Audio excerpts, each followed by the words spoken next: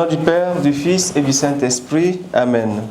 Demandons à l'Esprit du Seigneur de nous illuminer durant ce partage pour que nous puissions mieux comprendre sa parole, la méditer et la mettre en pratique dans nos vies. Évangile de Jésus-Christ selon saint Matthieu. En ce temps-là, Jésus disait à ses apôtres: « Ne pensez pas que je sois venu apporter la paix sur la terre. Je ne suis pas venu apporter la paix, mais le glaive. Oui, je suis venu séparer l'homme de son père, la fille de sa mère, la belle-fille de sa belle-mère. On aura pour ennemis les gens de sa propre maison. Celui qui aime son père ou sa mère plus que moi n'est pas digne de moi. Celui qui aime son fils ou sa fille plus que moi n'est pas digne de moi.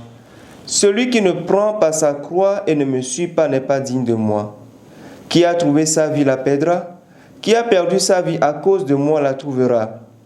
Qui vous accueille m'accueille, et qui m'accueille accueille celui qui m'a envoyé. Qui accueille un prophète à sa qualité de prophète recevra une récompense de prophète. Qui accueille un homme juste en sa qualité de juste recevra une récompense de juste. Et celui qui donnera à boire même un simple verre d'eau fraîche à l'un de ses petits en sa qualité de disciple, amen, je vous le dis, non, il ne perdra pas sa récompense. » Lorsque Jésus eut terminé les instructions qu'il donnait à ses 12 disciples, il partit de là pour enseigner et proclamer la parole dans les villes du pays. Acclamons la parole de Dieu. Louange à toi, Seigneur Jésus. Bien-aimés du Seigneur, loué soit Jésus-Christ. Nous sommes aujourd'hui le lundi 13 juillet et l'évangile de ce jour nous rappelle la place que le Christ doit occuper dans nos vies. Et cette place, c'est la première.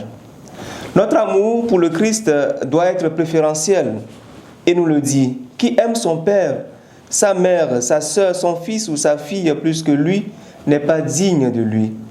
Nous devons aimer nos proches, oui, mais seulement dans la mesure où cet amour nous permet de nous élever vers Dieu. Nous devons donc comprendre que c'est le Christ qui est le commencement et la fin de tout amour véritable. En lui donnant la première place, nous apprenons avec lui et à sa manière à aimer nos frères et sœurs en toute sincérité. C'est-à-dire à les accueillir, partager avec eux ce que nous avons, les supporter et les accompagner dans les situations joyeuses ou de peine. Bref, être présent dans leur vie. En donnant donc à Jésus la première place dans nos vies, nous sommes sûrs de pouvoir aimer tel qu'il lui plaît.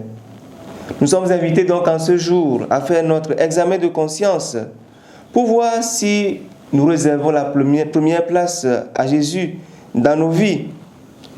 Nous sommes invités à préférer Jésus à tout, à nous inspirer de cet amour pour pouvoir aimer les autres de manière sincère.